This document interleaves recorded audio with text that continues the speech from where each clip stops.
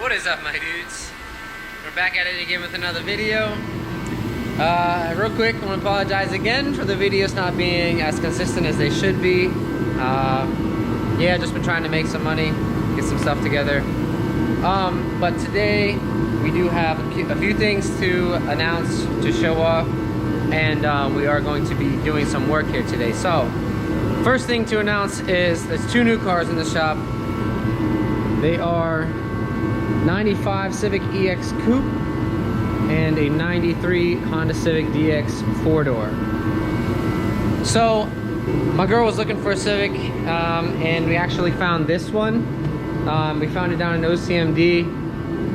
Fairly clean except for the rust on the quarters and the rocker. There's a little bit of rust there.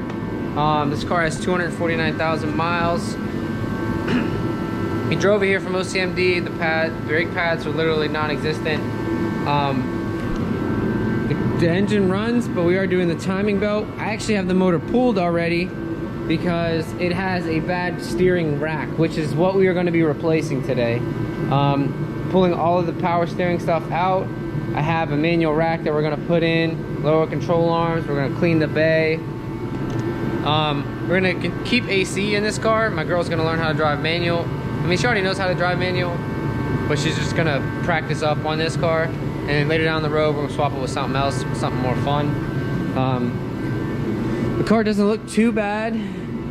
The interior is super duper clean for 250,000 miles. Super duper clean. You know, for the most part. I have the door card off because I did replace the window regulator here. You can see the everything is just really clean. Sunroof works. You have to help it, but it works. All the windows work. So in this video, we're going to be working on the steering rack for this car. I'm really excited for this. My girl's really excited for this. After we get this motor in, also it has input shaft bearing noise on the transmission. So we have a transmission for it. We just have to get it sorted, make sure everything's okay with it. Then we can put it all back in the car. I'm gonna clean it up, make it look nice, clean the bay, get it really nice. This car is completely stock, other than a catback exhaust system and a cold air intake. That's it. Car stock. She also did get wheels for this, which I'll show you when we put them on at the end. We're gonna get coilovers in like January because the ones that she wants, they are actually not in stock. Yonaka, they're sold out. So. Yeah, this car, stupid clean, great find. We paid $1,100 for it, and it drove here from Ocean City, Maryland, which is fantastic. So we're really excited about that. She's excited. She already has parts coming for it. She did pick up a set of these. They are floor mats, and they say EJ on it, because it's the EJ1. So I think that's pretty dope. She's already adding her little spice to it. The shift knob, you know, it's nice. She's stoked, I'm stoked. We're gonna get moving on this thing.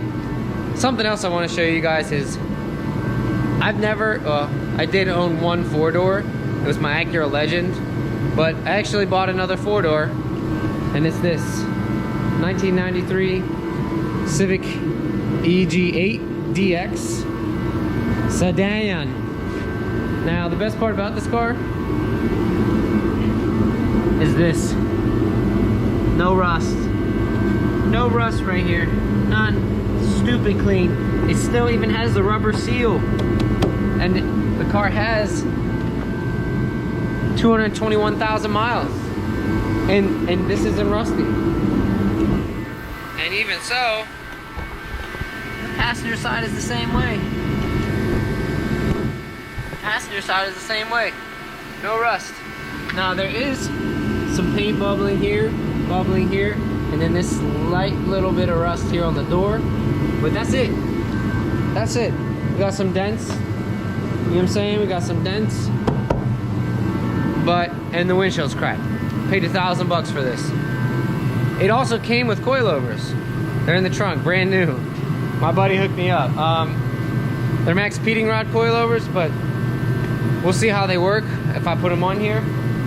Yeah, but I'm just gonna try to get this thing clean as shit, as clean as I possibly can, get it repainted, and possibly turbo the motor down the road just to make like 200 horsepower and call it a day. So this is a DX. It has the D15 B7 in it. D15 B7. Tiny ass intake. So small, but this motor I think was replaced because the transmission says S40, which S40 is out of an EK, so it says S40. And also there's no power steering belt on it because the crankshaft pulley doesn't even have a power steering provision, which, so that makes me think that this motor was pulled from a car that had a manual rack and then put into here. I'm not driving this thing yet. There's a lot of things I gotta look over first. I'm gonna check the timing belt. That's literally it I gotta do, is check the timing belt, look at the suspension, do small stuff to it, and then I can start driving it. But it's honestly probably gonna sit for a little while until I figure out all that stuff, or figure out what I want to do with it. The only thing that'd be better about this than the inside is this has a little bit more oomph. This motor makes 100 horsepower, my Insight makes half that. And this is only 400 pounds heavier than my Insight. These cars, this here was like $22.75. My Insight was like $18.75, I think. Somewhere in that range. So the only thing better about this is to be able to drive a little bit easier. It is on the stock 13s, so I'm excited for this car. I've never owned a four-door other than my Acura Legend, and this is stupid clean. You can see like the engine bay is clean. I mean, obviously there's some grease right here, but like everything's pretty clean. I gotta fix that battery tray has a little bit of rust on it, but it's really nice. All right, on to what we're gonna be working on today. The coupe. Like I said, I have the motor pulled. We got a power steering rack kit that actually came with lower control arms, lower ball joints, sway bar end links, and outer tie rods. So as soon as we have the rack and pinion in, we can put on all that other stuff, get the transmission sorted, put it onto the motor, get the timing belt done on the motor, and put that in the car. So first order of business, honestly, if you're going to be doing the power steering rack, I think you could probably do this without pulling the motor, but because we have to do the transmission as well, I just pulled the motor. I left the harness on the motor. It detaches from the left passenger side shock tower and the driver's side shock tower. Remove those two harnesses, remove clutch line, coolant lines, radiator, exhaust manifold, remove the axles and the suspension, which I did because we're going to be replacing most of that stuff. And then the steering rack is ready to come out. I also removed the sway bar end links, or the sway bar itself, because one of the lower control arm bolts actually holds one of the bolts for one of the sway bar end link nuts, or sway bar nuts, to hold it onto the car. So I pulled that. Like I said, we're gonna try and keep AC, so we're gonna move on, try and get this thing dialed, get this thing out of the car, and then get the new manual rack in. We are saving all of the power steering stuff though, just in case we go back to a power steering rack in the future. Alright, now that we're going to dive into this, first thing that we're going to do is, underneath the steering column here, there is this piece right here. We have to pull this covering off, and then we can get to the steering knuckle here. Once we have this covering off, we can get the bolt out of the steering knuckle, and the rack will be ready to drop down. We just got to take the bolts out of the rack, remove all the power steering lines, and go from there. So I'm going to pull this off real quick.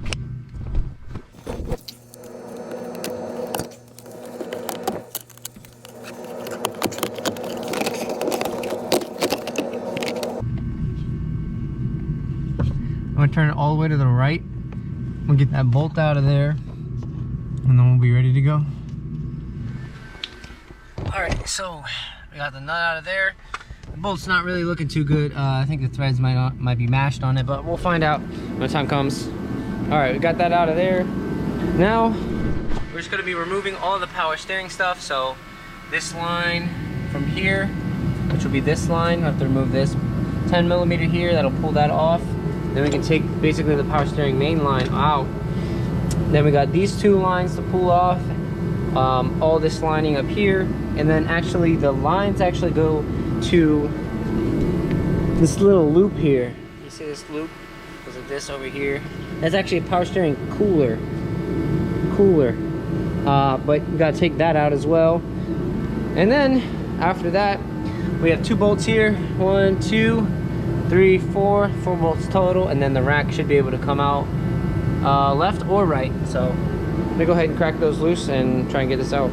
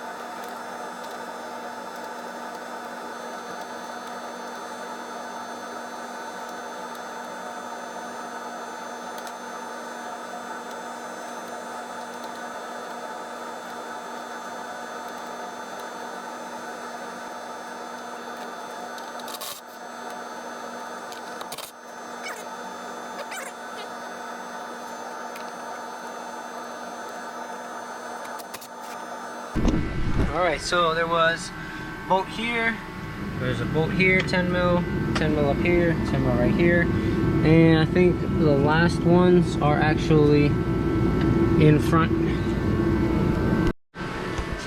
This one right here, and there's one over there. Not actually sure how I'm gonna get it. I might have to take the bumper off, but those two, and then the rest of this line should come out.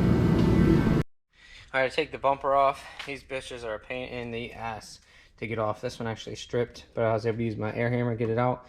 I got these unbolted from the front support, and I unbolted the condenser so that I can get these power steering lines out.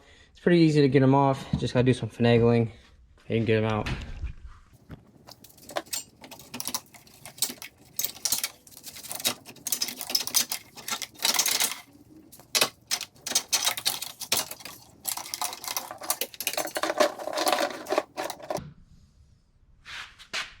Voila. All right, got the lines out. Had to kind of pull up the condenser real quick, kind of letting the lines drain into the pan. And now that that's out, we should be able to get the 4 bolts off of the rack and literally let that thing fall out. So all right, I got that out now. Looks like we have 2 14s and 2 19s right here. 1, 2, 3, 4. Pop those out. The rack should honestly come right out.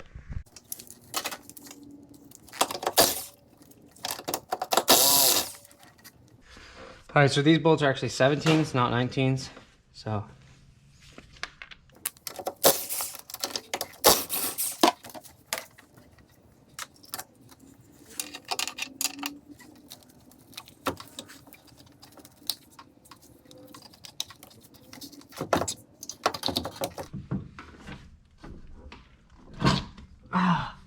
can you have a piece of paper towel, please? Let's just squirt me in the eye. First time I've ever been squirted on. She's a squirter. Oh, she's juicy.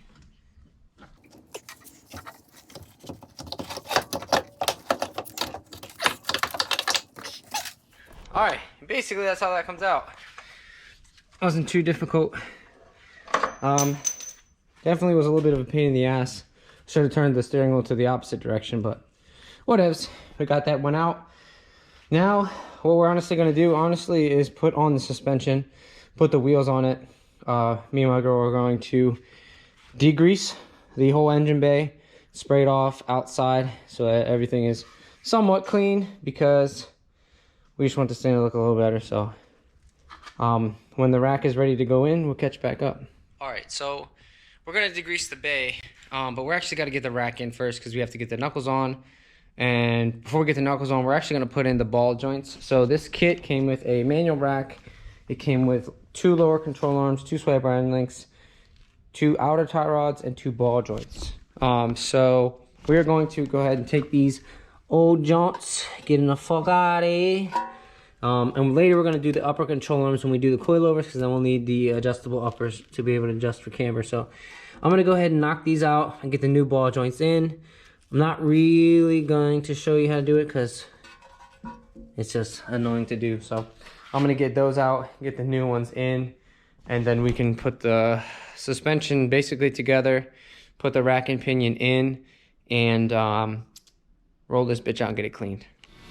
Okay, so I got the new ball joints in. These ball joints came in the kit, and for whatever reason, the company that sent it put these C-clips are too small for the ball joints. They don't fit around it. My expander pliers can't expand them large enough to get over it. And the ones that were in it didn't have the C-clip in it.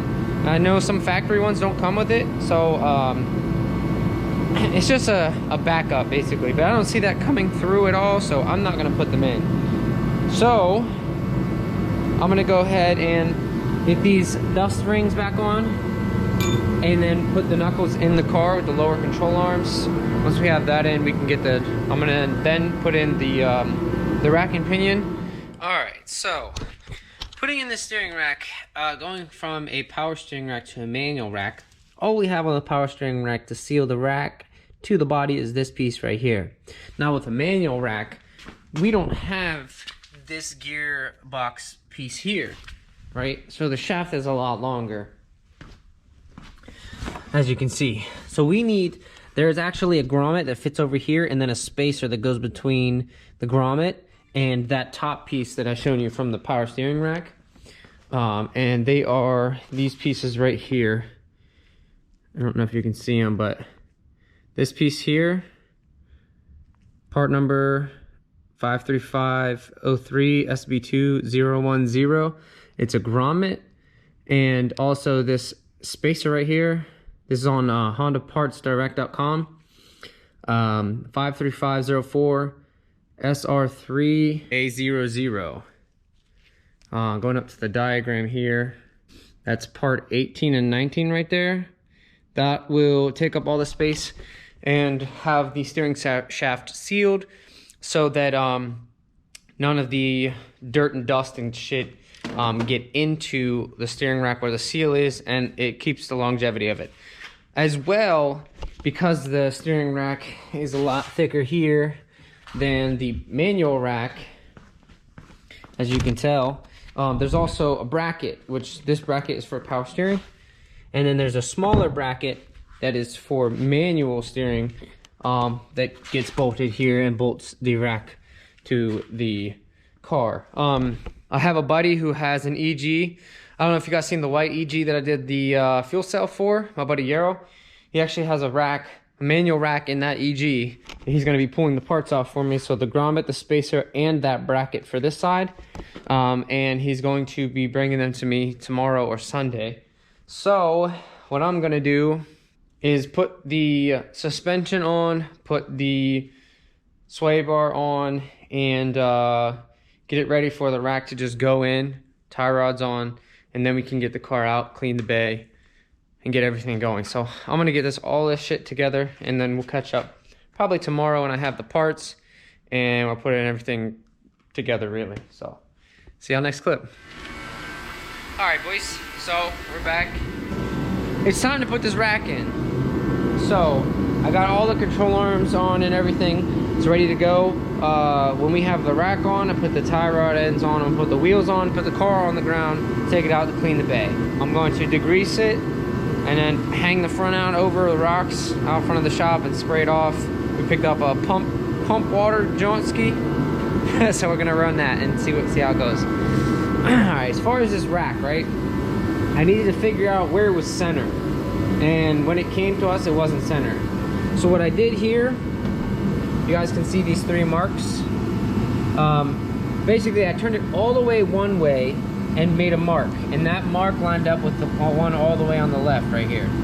And then I turned it all the way the other way, and that same mark on the shaft lined up with this one over here on this side. So the median is between the two. I put that mark in the middle of those two, where that middle mark is. That should be center. So to get this to work in here, you also need these 2 pieces. So this is a spacer and a grommet. They go down over the shaft and take place so that no debris gets into the shaft, because there is a seal here that keeps the debris and dirt out of the actual box, the steering rack. And then this is our factory piece. This is the same on power steering and non-power steering cars. So that will go over top of this. I believe this piece clips into there. And then this piece is just guided in right there. And then that shaft is covered. There's not going to be any debris or anything. On this side, on the power steering, it's a lot bigger. It's right here. It's hard to see. It's a lot bigger. These bolt holes are actually wider, and the shaft is just larger overall. And this rubber bushing is thicker. So if we were to put that bracket onto here, where those holes are, over top of here, it wouldn't touch and there'd be slop. Some people cut that bushing off. Thanks to Garage Built Hondas for this. Some people cut that bushing off and put it over top of here and use the factory bracket. But I was able to, my buddy Yarrow actually brought me this grommet, this spacer, and this bracket from his EG that had a non-power steering rack. Now to get this to work, you need to cut these 2 ends off of here, because this is normally just a circle in here for the bolt. You have to cut the ends off, and then I have the bolts I have bigger washers. So it's gonna sit inside like this and keep tension on the rack. Yeah, so as far as that goes, yeah. The only thing I'm concerned on right now is just making sure this rack gets straight. I'm a little, I don't know how I'm gonna connect the shaft and put it in at the same time. Like, it's confusing, but we'll get to it. We'll see how it goes and see what happens.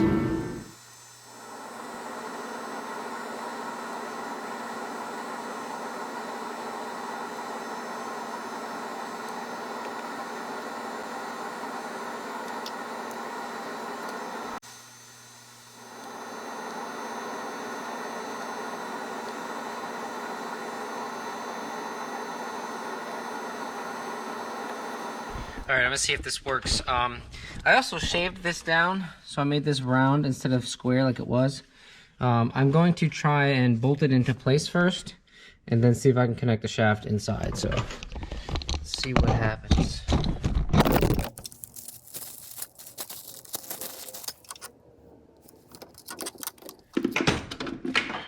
Now let's see if we can get this thing attached from the inside.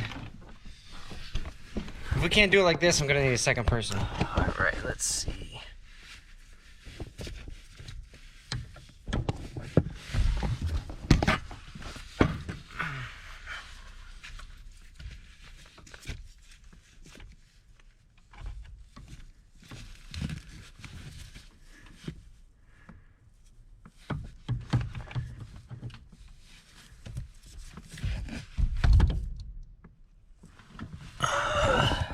What I think I'm gonna have to do, honestly, is take this bolt out, slide the shaft up, slide it down over here, put this bolt back in, and then this bolt back in, because this, where the shaft is like this, the bottom piece there, when it's straight down, the steering wheel's straight.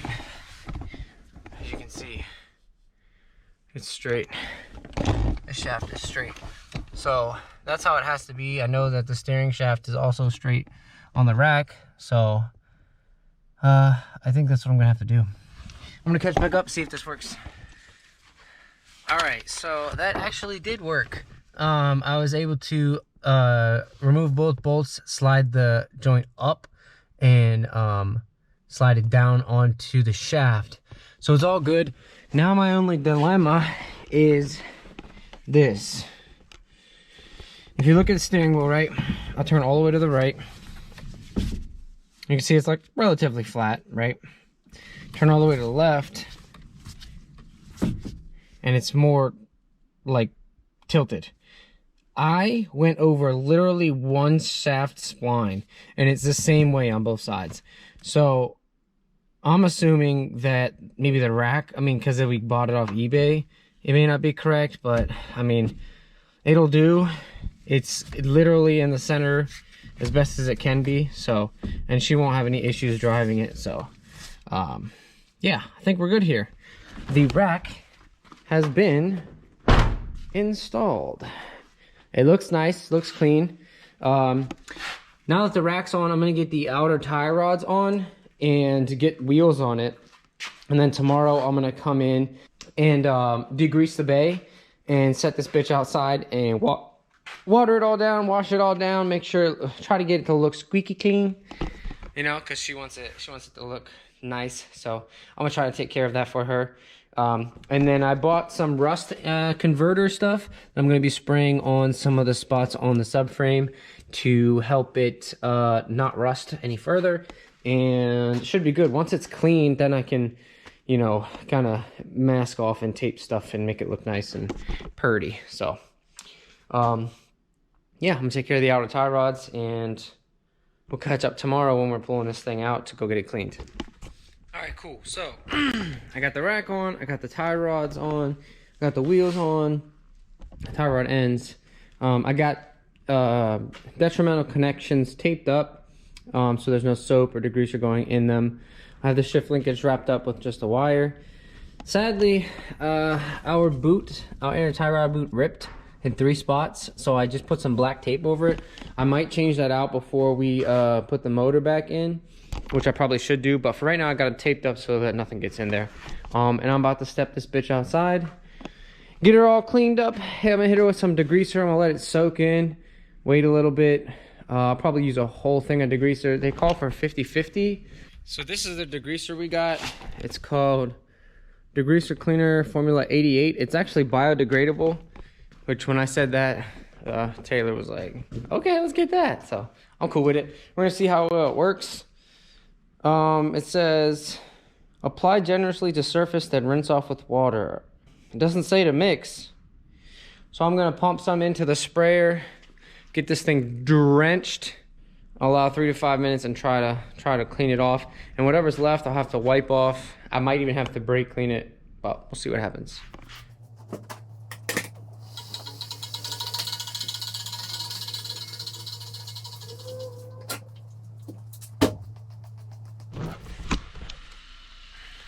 Alrighty, I got the inside out here with the lights on because I don't have lights out here yet. I got everything like soaked. I'm just gonna let it sit for a few minutes, do its thing. This is already looking a lot better, and come back in a few minutes after I spray it off and see what it looks like. Whew, that was cold. Alright, so the bay looks a lot better. There's gonna need some scrubbing areas. Like you can see this dirt here, I can go like this and wipe it off. So there's some areas that I'm gonna just really like wipe down with like a cloth to get rid of some of that gunk off. Some of these spots over here cleaned up really good. This was covered, this was straight black.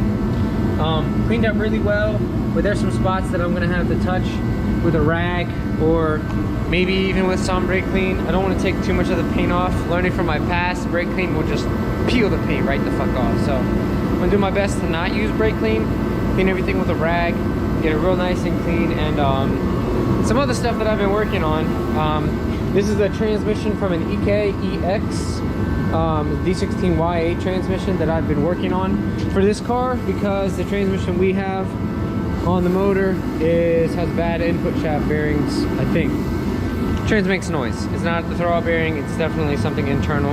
And we could have rebuilt it, but I figured why not just grab something we could throw in. This transmission I actually pulled apart, cleaned everything inside and out, verified that everything looked okay. It's not perfect, but it will work for as long as we need it to. So this thing was covered. I brake cleaned the entire thing. This looks way better. This right here and right here was broken. I welded them back up and tried to make a circle, so all we need is axle seals for this, and we should be ready to go. So this transmission I've been working on as well, got that together. Yeah, other than that, this thing's ready to go. I'm gonna try and get this thing as clean as I possibly can. I have to separate the transmission from there, check the rear main seal. I want to clean the whole engine. I have to do the timing belt, water pump, and tensioner, and I also want to replace the oil pan gasket. We'll see how that goes though. So yeah, honestly, you guys have seen stuff like that before. I'm not gonna get too detailed with that. The video is probably already long enough. So I'll catch up back with you guys when the bay's clean and when we're putting the motor in. Alrighty, my dudes. So I got the timing belt done, oil pan gasket replaced, got the rear main seal, got this new trans, which we are putting in. It's a Y8 EX trans. I took it apart, cleaned everything, resealed it. It looks good, looks like it should work. Put everything out on it. It's all mounted. The only thing I'm not putting back on the motor are these two brackets, this one and then the one over here. But I'm gonna try and put these bolts in to hold this cover against the motor to keep the flywheel and clutch kind of clean. It came out pretty good. The block is super clean now. Transmission super clean. I got the bay as clean as possible. I went over the subframe with some rust converter to try and help it keep from rusting, and it looks pretty good. It's all black. So it is time to put this motor back in. Should be pretty simple. I am doing it by myself though, so that may be the only issue, but I took it out by myself, so I guess we'll see. I don't usually take them off from the top or put them in from the top, so it's gonna be a little bit different. But we're ready. I'm gonna get this thing on the road.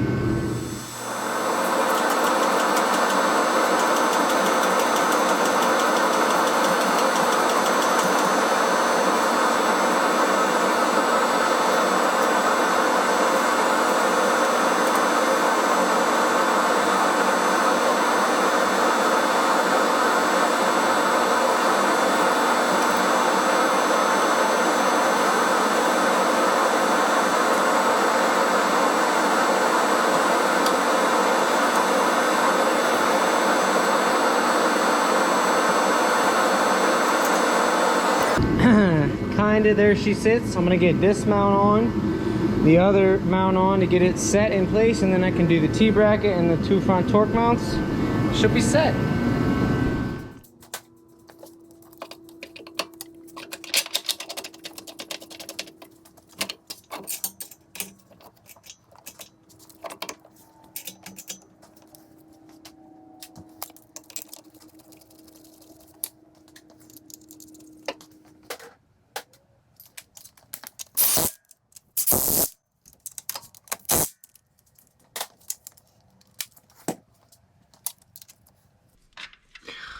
Well, that bowl hole's actually stripped, so we'll just have two. Should be good, shouldn't go anywhere. Be all right.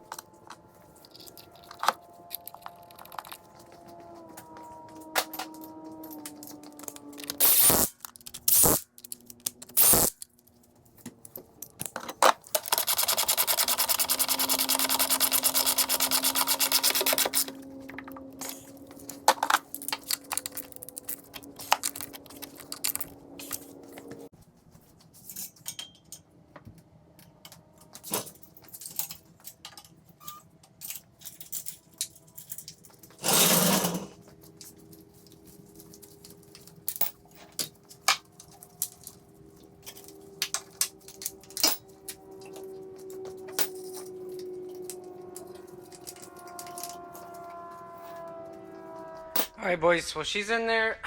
The rest of this stuff, hooking up the harness, hooking up the harness, hooking up the throttle cable, coolant lines, exhaust stuff, other mounts and such, the rear T bracket. I'm gonna just do all this stuff real quick. So I'm gonna knock this stuff out, and I'll see y'all in a little bit.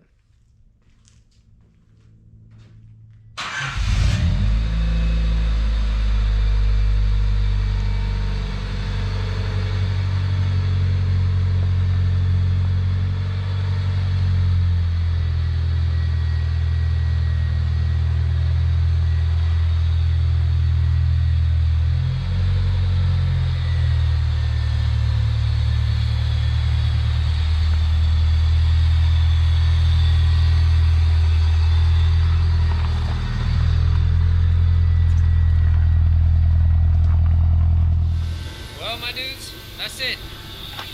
She's back up and running perfect. Everything's clean. We're bleeding the cooling system. We got the clutch. We got the brakes. We got her new wheels on. Next thing is an alignment inspection, and January we're looking at coilovers and suspension, and then we can start on the bodywork because we need to get this shit out of here. Also, I gotta pull this seal off, which I'm gonna do soon here, and yeah. All good to go. We're about to go take it for a spin, see what it drives like, see how well I got the eyeballed alignment. So hope y'all like that one. Stay tuned for more. Hopefully next video will be on the green car again with the Vitara. I got everything for that. We're gonna start putting that head together, finish putting the head together, put the head on the block, and then get the transmission sorted. From there we can then put it in the car and get going. So hope you guys enjoyed the video. See y'all next time.